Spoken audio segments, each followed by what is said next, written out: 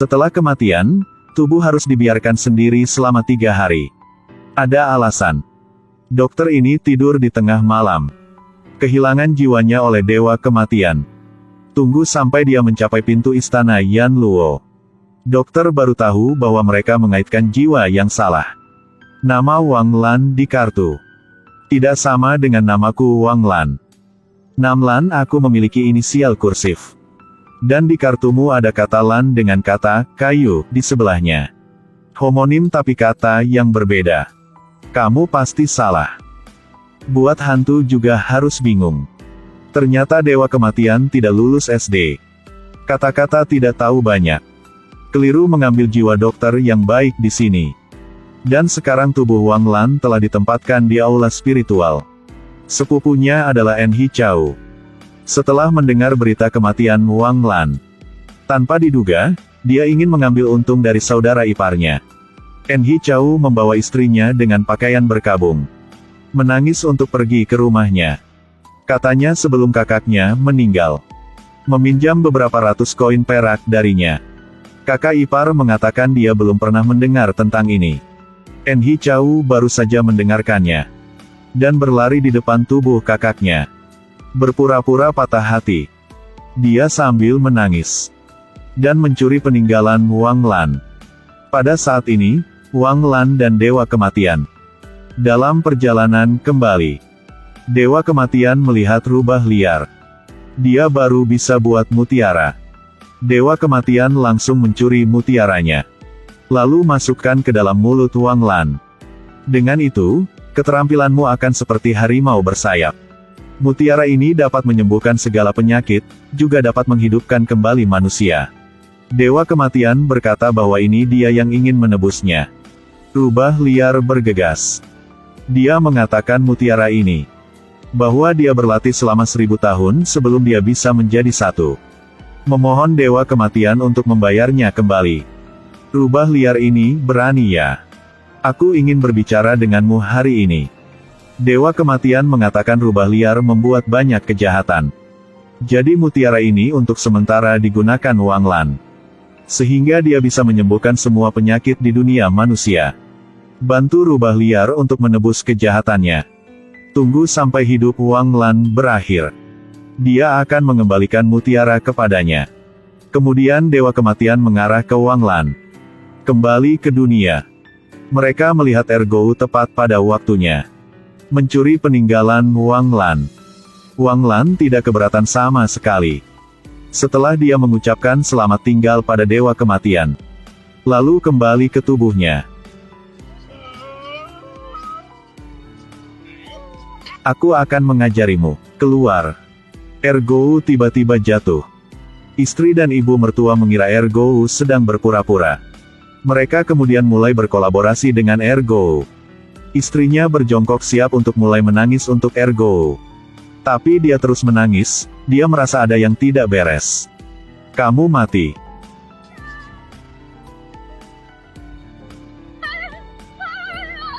Dia segera memanggil ibunya. Ibunya menekan titik pusat manusia. Ditemukan benar-benar mati. Dia melihat putrinya bersembunyi di kejauhan. Segera berkata putrinya, "Kenapa kamu berdiri begitu jauh? Takut dia bangun dan mengancam akan membunuhku. Ayo, menangis selama 3 hari 3 malam." Setelah mengatakan itu, dia pergi mencari masalah dengan istri Wang Lan. Dan sekarang jiwa Ergo kembali tubuhnya. Dia memegang kaki istrinya.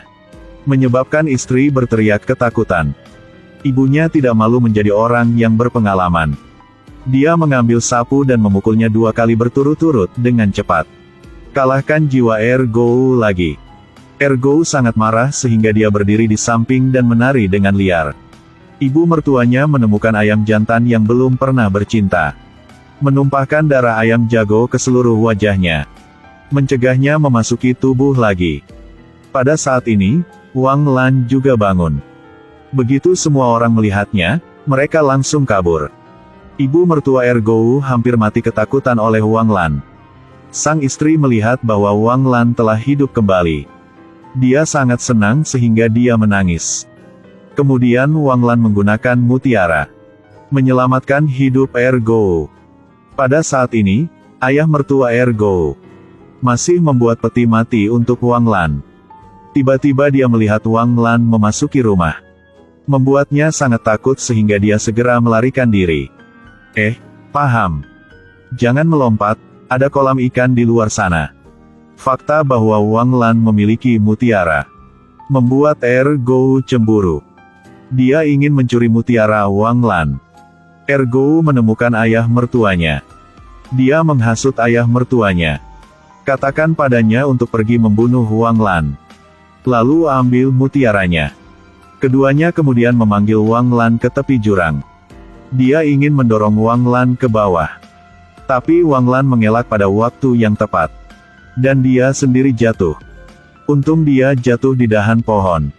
Dan dibawa pulang oleh Wang Lan untuk berobat. Lalu Ergo ingin mendapatkan mutiara.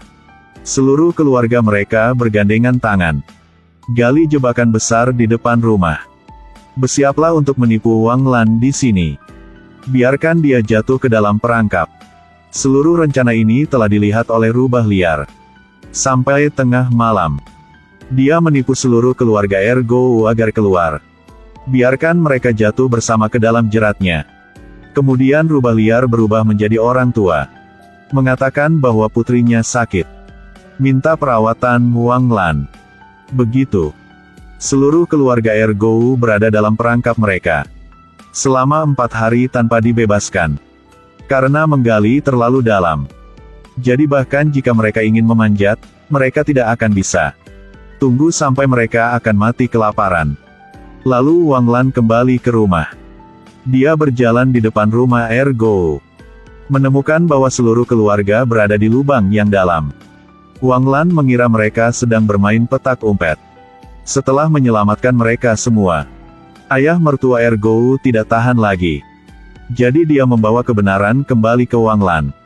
Ergo berlutut di depannya. Dia terus menamparkan wajahnya sendiri. Mohon ampun padanya. Berhenti berpura-pura menyedihkan lagi. Gunakan sol sepatu. Di hati Ergo. Dia pasti sedang menyelidiki ayah mertuanya. Wang Lan adalah orang yang baik hati. Dia masih memaafkan Ergo. Ergo berkata dia ingin meminjam mutiara Wang Lan. Untuk membantu manusia miskin. Tunggu sampai dia mendapatkan ketenarannya di semua tempat. Akan mengembalikan mutiara ke Wang Lan. Wang Lan sambil melembutkan. Meminjamkannya mutiara sementara. Ergo setelah mendapatkan mutiara. Memang dia mulai berkeliling untuk praktik kedokterannya. Tapi pasien diterima. Semuanya perempuan. Pada saat yang sama, dia hanya menyembuhkan penyakit yang tidak dapat melahirkan anak. Tak lama kemudian, dia telah menyembuhkan banyak wanita. Buat mereka hamil. Tapi dia tidak menggunakan fungsi mutiara sama sekali. Ini didasarkan pada keterampilan dia sendiri. Tak lama itu, ibu-ibu hamil itu, mereka semua datang ke rumahnya. Mereka semua telah ditinggalkan oleh suami mereka. Istri Ergo akan mati karena marah. Dia dan ibunya mengambil tongkat. Usir Ergo dan semua wanita hamil itu. Ini juga sejalan dengan ide Ergo. Ketika dia duduk untuk makan dengan wanita-wanita ini. Lalu sang istri datang berlari. Langsung mengambil mutiaranya dan melarikan diri. Tapi kemudian perut istrinya mulai sakit lagi. Lalu dia mendapatkan kembali mutiara. Namun perut Ergo juga mulai sakit. Kemudian mereka memasukkan mutiara itu ke dalam cangkir. Seluruh keluarga kesal dengan mutiara.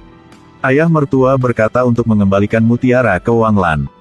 Bahkan jika aku mengubah jarum menjadi air, bakarlah menjadi abu. Jangan sampai jatuh ke tangan Wang Lan. Kemudian rubah liar pergi mencari mereka. Mengatakan bahwa dia ingin membeli mutiara dengan uang yang banyak. Ergo menjual mutiara seharga 10.000 koin perak. Rubah liar membawa mereka ke tempat tentara. Mengatakan bahwa dia adalah putra distrik Taiji. Kemudian memberi mereka uang. Tepat saat mereka semua bahagia. Lalu tiba-tiba beberapa petugas berlari keluar.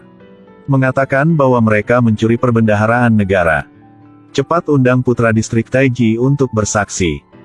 Putra tuan kita belum lahir. Pada saat ini, rubah liar tidak lagi terlihat. Dia pergi ke tempat Wang Lan. Berikan dia mutiara. Pada saat yang sama mengatakan bahwa menunggu setelah hidupnya berakhir dan berbaring. Akan datang untuk mengambil kembali mutiaranya.